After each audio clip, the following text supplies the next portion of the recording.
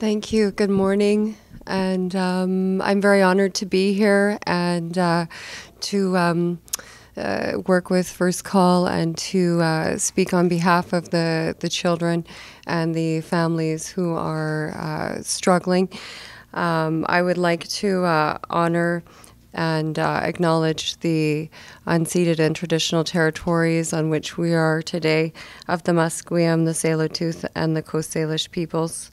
I've had the deep honor to work with many families in Vancouver and in Surrey, mostly with women and children in pregnancy and birth, in mental health. I'm a family doctor, and also with the street youth in Vancouver who come from across the province, as well as many of our cities in Canada to the warm Vancouver area, and to hear many of the stories of the children and youth and families that struggle. And many of the stories that strike me are about the inability to make ends meet, and day to day, the amount of money that is supposed to be our social security network does not meet the needs for food, for shelter, for a safe place to live. And so people are living in places which are not safe. They might be homeless, and there are many stories that I hear day to day where people are trying to balance these needs for themselves and for their children. When we look at the statistics of over 80% of the lone parent families being women with children living in poverty, these are families that are living with chronic stress day after day after day. And these are kids who are supposed to be thriving and learning empathy and compassion and sharing and all of the things they're supposed to learn from 0 to 6 and beyond. And their serotonin is hijacked. The cortisol levels are very high because their mothers are trying to figure out whether to buy laundry soap or whether to get food. And their lunch is inadequate, and people notice at school. And these are things that make them feel very ashamed, worried about having friends over. These are things that children should not be growing up with in BC. We have children who are living in very, very deep poverty. Our new immigrants, refugees, our Indigenous children. A 20% rate in BC is absolutely unacceptable, and there's so many ways in which we can change that. Free transportation for families in terms of bus passes and getting to school, getting to rec centers is a very simple way, and a right to transportation for children and access to resources is something that we really should be doing in British Columbia. The child tax benefit, which only goes to age 6, needs to be extended all the way until these children grow up. Our kids deserve that. Our families deserve that. Children deserve better. Some of the stories that I hear are about women trying to work enough hours so that they can be able to take maternity leave, and so they've missed some of their prenatal appointments. And I find that very sad that in our province that is happening.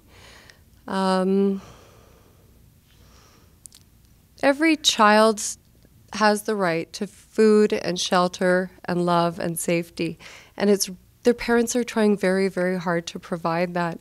And we as a province and as a society need to make sure that people are able to do that, and it doesn't take a lot. Safe childcare is one of the #1 barriers that we hear from families. women find it hard to be able to go and work for minimum wage because they can't afford the childcare, especially if they have more than one child. And childcare is great for children, especially if there are mental health issues in the family, because there's other early childhood educators there who are able to help those children learn and thrive and grow and be a part of those families' lives. And we know that there's so much evidence for that. And so some of the steps the province has taken is wonderful, but we have lots more room to grow in that area. So that's the really exciting part about that.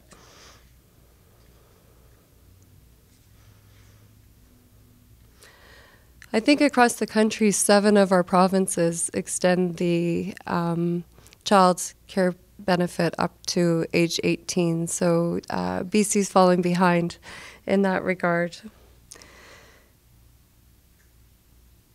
I've heard many stories from women about living in shared accommodations because the rent is so high that they've had to live with roommates that possibly they don't know well, because that's their only option in terms of rental housing.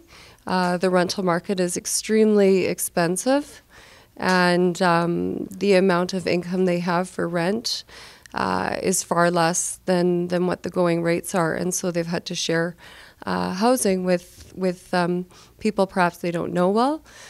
Some of the housing situations have been lacking a lock on the door, have had broken windows, have had mice in them, and they've really had little ability to complain to the landlords because there's nowhere else to go and little recourse, and they're living under so much stress. It's really hard to juggle so many stressors when you're living in poverty. There's nothing glamorous about it. And that type of stress and high cortisol levels, they don't only affect the parents, they affect the children, because kids need happy parents.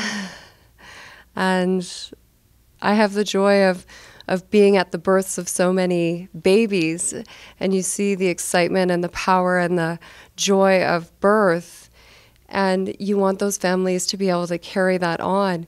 And so many times you see the struggle in that those families experience. So thank you for asking me to be here, and I really look forward to all of us taking whatever actions that we can to make our province stronger and better so that all of our children can grow up healthy to their full potential.